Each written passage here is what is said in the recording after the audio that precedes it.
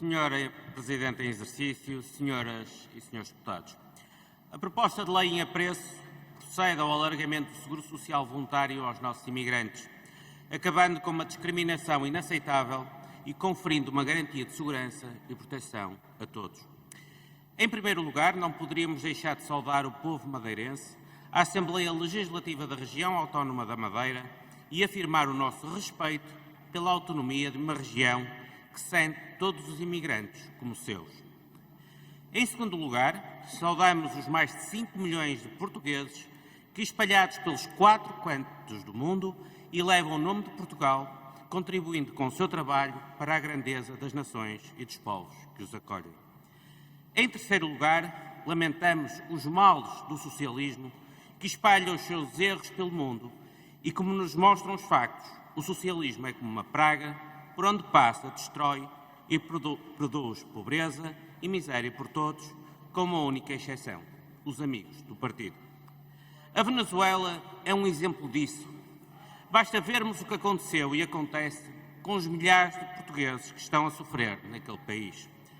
Senhoras e senhores deputados, o povo da Madeira sabe bem o que se passa na Venezuela, pois todos os madeirenses têm um familiar ou um amigo naquele país do outro lado do Atlântico. Entre a década de 50 e 80, em que imperou o capitalismo, a Venezuela era o país mais rico e próspero da América Latina. A riqueza gerada pelo petróleo promovia a estabilidade e a coesão social. Na capital, Caracas, os prédios eram altos e modernos para a época. As estradas largas eram preenchidas por automóveis modernos. Os hotéis eram considerados um luxo num paraíso tropical e os venezuelanos tinham o título de maiores consumidores de artigos de luxo do mundo. Milhares de imigrantes vindos de regimes ditatoriais na América do Sul e mesmo de Espanha e Portugal encontravam na Venezuela um porto seguro para prosperar. A frase mais conhecida nessa altura era: na Venezuela vive-se uma liberdade genuína. Alexandre Guerreiro, professor universitário que emigrou de Espanha para a Venezuela em 1978, narra que com o seu primeiro salário de $1.700 conseguiu comprar o seu primeiro automóvel. Nos dias de hoje, o seu salário na Venezuela seria de $77. Seria claro se ele próprio já não estivesse a viver nos Estados Unidos. Fome, pobreza e violação dos direitos humanos foi o que o chavismo e o Partido Socialista Unido da Venezuela, agora comandado por Nicolás Maduro, trouxeram àquela grande nação devido às suas políticas de estatizações em massa e de controle de preços.